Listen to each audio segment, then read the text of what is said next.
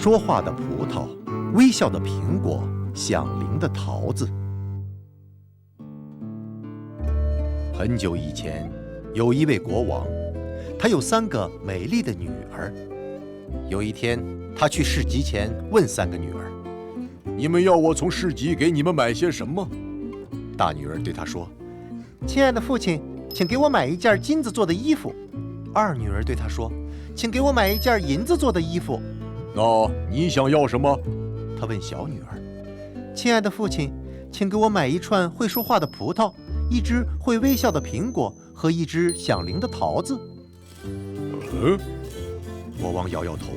如果世界上有这些，我一定给你带回家。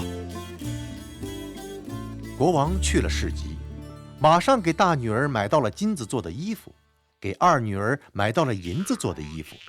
但是会说话的葡萄、微笑的苹果和响铃的桃子哪儿都没有找到。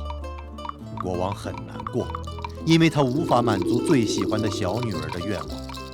就在他难过时，马车突然颠簸了一下，卡在了泥土里，连马都动不了了。国王生气了，因为平时他的马几乎能把天上的星星踢下来。于是他派人到村里，村里的人们听说国王的马车被卡住的消息后，带着马、牛、狗与猫都跑了过去。不过他们都白来了，马车根本动不了。突然，一只鬼鬼祟祟的猪走了过来。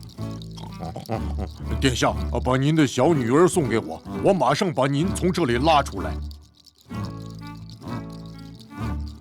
国王简直不相信自己的眼睛和耳朵，他大吃一惊，想了想说：“我跟你击掌发誓，如果你把我救出来，我就把小女儿许配给你。”猪也不需要别的，他立刻用鼻子拱在轮子中间，转了一把，马车就从淤泥里飞了出来。马跑了起来，一眨眼就带着国王飞奔到家了。国王把金子做的衣服和银子做的衣服送给了2个大女儿，但是很伤心地对小女儿说：“亲爱的女儿啊，你看看，你为什么不想要衣服啊？因为会说话的葡萄、会微笑的苹果和会响铃的桃子，在整个市集都没有啊。”话都还没讲完，他就听到大声哼哼着的猪过来了。他从窗户往外看，就看到这臭东西连手推车都带来了。殿下，我来接你的女儿，让她下来吧，我用手推车把她带走。国王想了想，我就给你一个姑娘吧。他们马上让一个村女假扮成公主，穿上美丽的金子衣服，把她送给了猪。不过这只猪并没有那么笨，它哼哼着对国王说：“殿下，这不是您的女儿。”嘿，国王真后悔和这只脏兮兮的猪击掌发誓了，更不用提小公主了。他痛哭着，整个王宫都被他的哭声震动了。但他哭也没用，就算撞死在地上也没有用。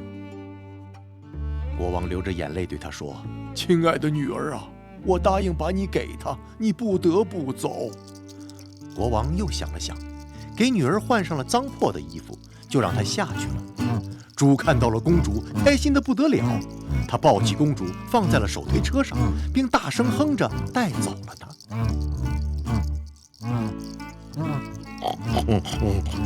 公主，别哭啊，在我家你会过得很好的，我们马上就到家。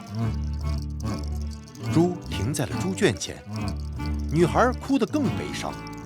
猪带着她进去，坐在了肮脏的稻草上。这是我的家。猪给她玉米吃。公主，你吃吧。公主还是不停地哭，哭到终于睡着了。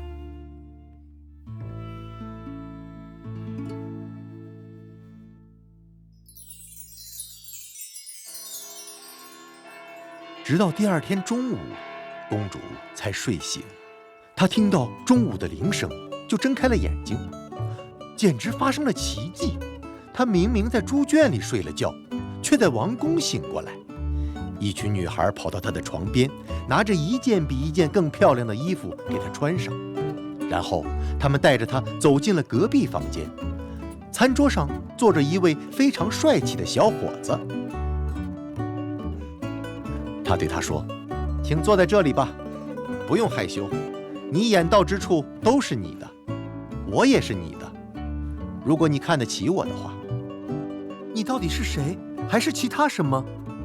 女孩问他。“我会告诉你的，请先跟我去一趟花园吧。”他亲切地牵着公主的手，带她去了花园。